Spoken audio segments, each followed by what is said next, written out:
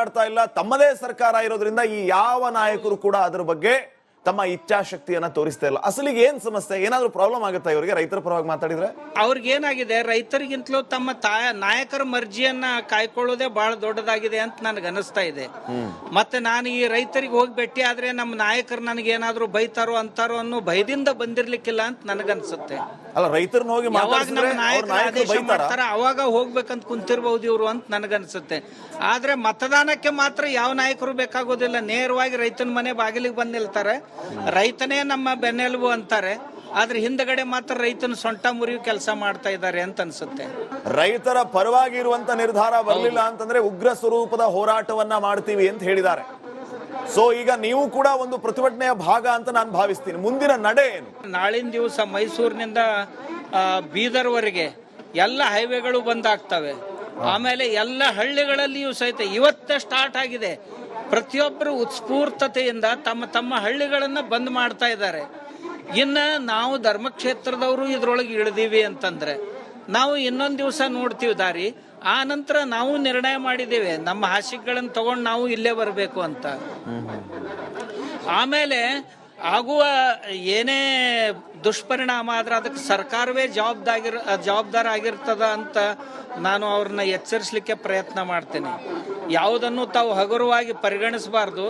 ರೈತ ಅಂದ್ರೆ ಏನೋ ಒಂದು ದುರ್ಲಕ್ಷಿತ ಪ್ರಾಣಿ ಅಂತ ತಾವು ದಯವಿಟ್ಟು ತಿಳಿಬಾರ್ದು.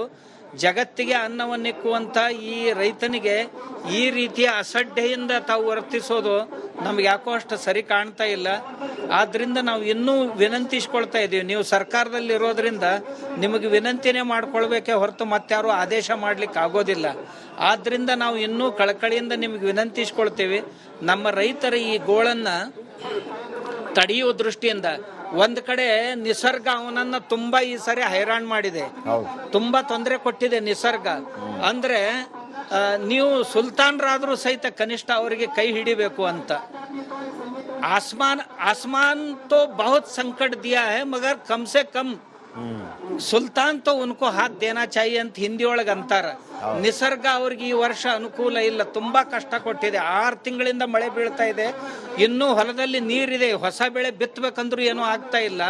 ಆದ್ರೆ ಕನಿಷ್ಠ ನೀವು ಆಳುವಂತ ಸುಲ್ತಾನ್ರೇನದಿರಿ, ನೀವಾದ್ರೂ ನಮ್ಮ ರೈತರ ಬಗ್ಗೆ ಕಳಕಳಿ ತಾಳ್ಬೇಕು ಅಂತ ನನ್ನ ಪ್ರಾರ್ಥನೆ ಅವರಿಗೆ. ಈ ರೈತರ ಹೋರಾಟವನ್ನ ಸ್ವಾಮೀಜಿಗಳೇ ಬಹುಶಃ ಸರ್ಕಾರ ಏನಾದ್ರೂ ಇದು ರಾಜಕೀಯ ಪ್ರೇರಿತ ಹೋರಾಟ ಅಂತ ಏನಾದ್ರೂ ಭಾವಿಸಿದೆಯಾ? ಹೇಗೆ ಅಲ್ಲಿ ಆ ರೀತಿಯ ವಾತಾವರಣ ಕಾಣಿಸ್ತಾ ಇದೆಯಾ? ಯಾಕೆ ಇಷ್ಟೊಂದು ನಿರ್ಲಕ್ಷ್ಯ ಸರ್ಕಾರದಿಂದ?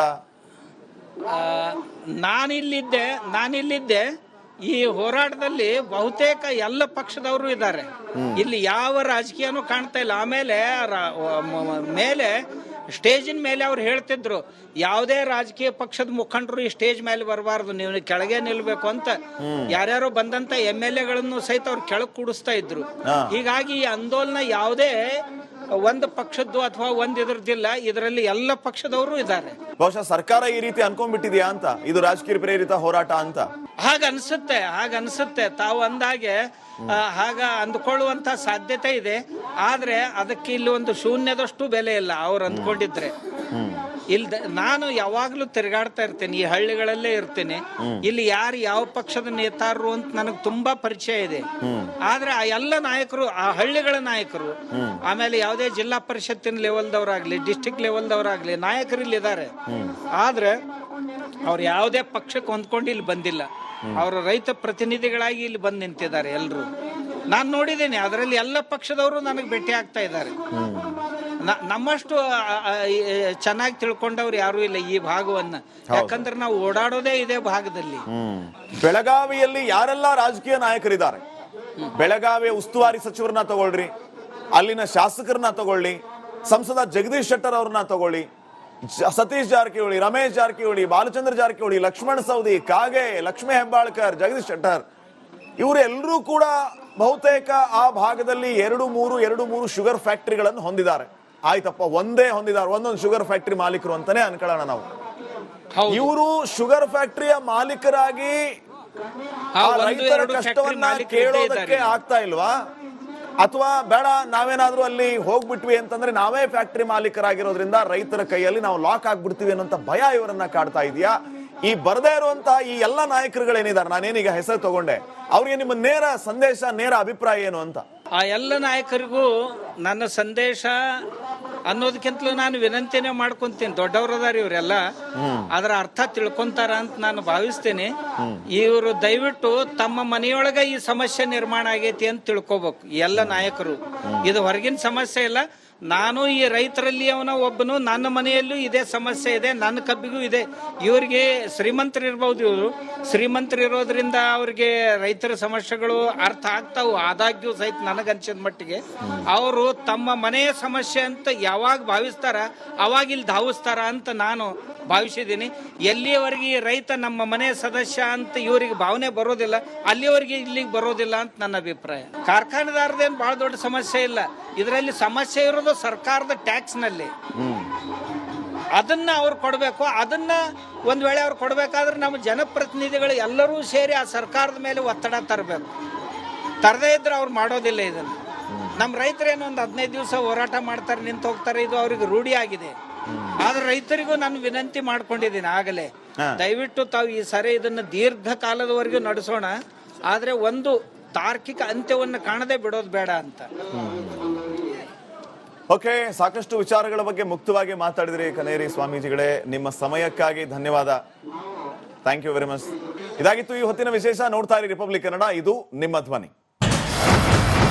ಬೇಡ, ನಾವೇನಾದ್ರೂ ಅಲ್ಲಿ ಹೋಗ್ಬಿಟ್ವಿ ಅಂತಂದ್ರೆ ನಾವೇ ಫ್ಯಾಕ್ಟರಿ ಮಾಲೀಕರಾಗಿರೋದ್ರಿಂದ ರೈತರ ಕೈಯಲ್ಲಿ ನಾವು ಲಾಕ್ ಆಗ್ಬಿಡ್ತೀವಿ ಅನ್ನೋಂತ ಭಯ ಇವರನ್ನ ಕಾಡ್ತಾ ಇದೆಯಾ? ಈ ಬರದೇ ಇರುವಂತಹ ಈ ಎಲ್ಲ ನಾಯಕರುಗಳೇನಿದ್ದಾರೆ, ನಾನೇನೀಗ ಹೆಸರು ತಗೊಂಡೆ, ಅವ್ರಿಗೆ ನಿಮ್ಮ ನೇರ ಸಂದೇಶ, ನೇರ ಅಭಿಪ್ರಾಯ ಏನು ಅಂತ? ಆ ಎಲ್ಲ ನಾಯಕರಿಗೂ ನನ್ನ ಸಂದೇಶ ಅನ್ನೋದಕ್ಕಿಂತಲೂ ನಾನು ವಿನಂತಿನೇ ಮಾಡ್ಕೊಂತೀನಿ. ದೊಡ್ಡವರದಾರ ಇವರೆಲ್ಲ, ಅದರ ಅರ್ಥ ತಿಳ್ಕೊಂತಾರ ಅಂತ ನಾನು ಭಾವಿಸ್ತೇನೆ. ಇವರು ದಯವಿಟ್ಟು ತಮ್ಮ ಮನೆಯೊಳಗ ಈ ಸಮಸ್ಯೆ ನಿರ್ಮಾಣ ಆಗೈತಿ ಅಂತ ತಿಳ್ಕೊಬೇಕು ಎಲ್ಲ ನಾಯಕರು. ಇದು ಹೊರಗಿನ ಸಮಸ್ಯೆ ಇಲ್ಲ. ನಾನು ಈ ರೈತರಲ್ಲಿ ಅವನ ಒಬ್ಬನು, ನನ್ನ ಮನೆಯಲ್ಲೂ ಇದೇ ಸಮಸ್ಯೆ ಇದೆ, ನನ್ನ ಕಬ್ಬಿಗೂ ಇದೆ.